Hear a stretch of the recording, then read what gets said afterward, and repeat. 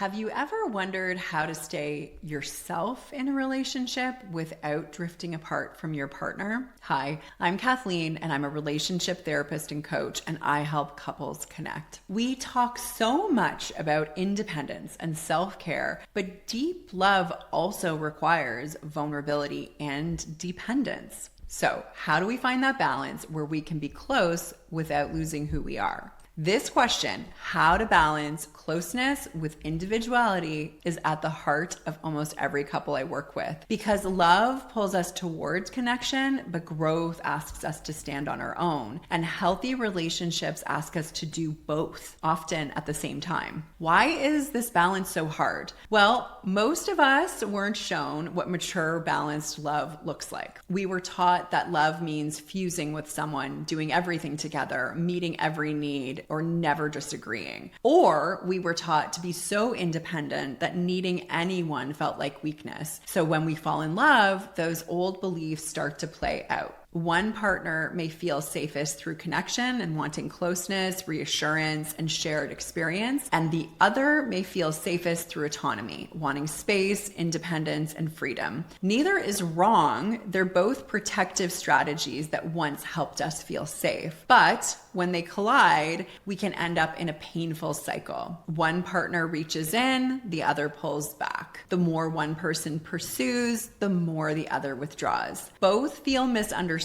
Both are protecting their sense of self. The real goal isn't actually independence or dependence. It's growth through the relationship. Early in a relationship, closeness feels easy. We merge, our boundaries soften, and that can feel beautiful and exhilarating. But as time goes on, our differences start to show, and that's where the real work begins. The work of love isn't about staying perfectly in sync. It's about learning how to stay connected through our differences. It's about developing the emotional muscle to say, I can hold on to myself even when we disagree, I can be me, and I can still love. That's a developmental process. In the beginning, we need to bond and feel safe, and that's the foundation. But as the relationship matures, we're invited to differentiate, to learn how to have our own thoughts, feelings, and boundaries without disconnecting. That's where the real intimacy lives, not in the sameness, but in the ability to stay open and loving in the presence of each other. We like to think independence is a sign of strength, but in truth, growth happens in connection. It's our partner who holds up the mirror that helps us see the parts of ourselves we couldn't see alone. Maybe your partner's need for closeness touches your fear of being controlled, or their independence stirs up your fear of being unimportant. That's not failure. That's the relationship doing its job. Relationships are designed to wake us up.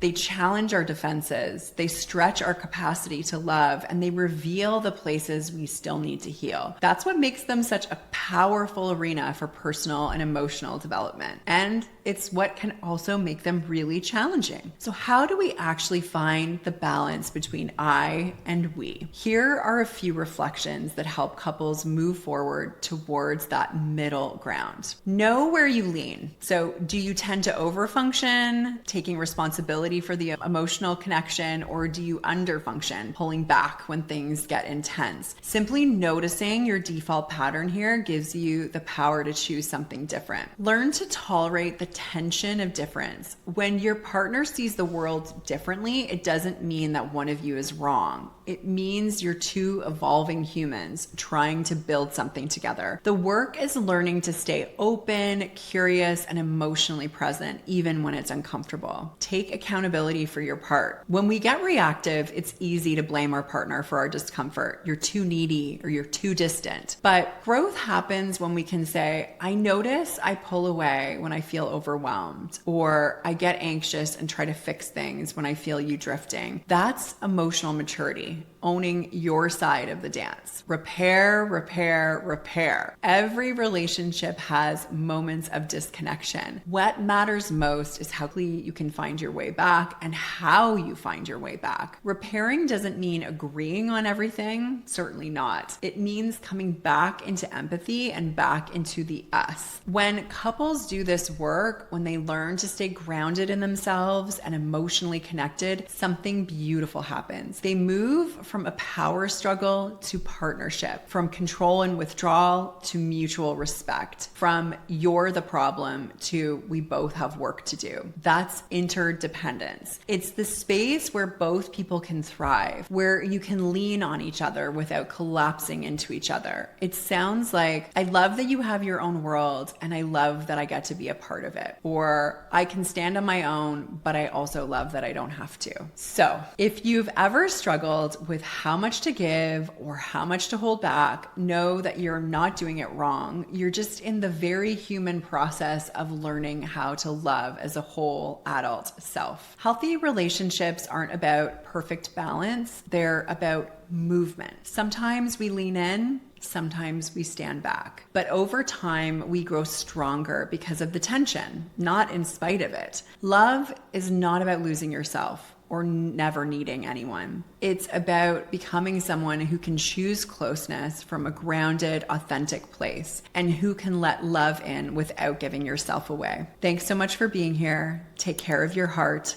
your connection, and each other. And I'll see you next time.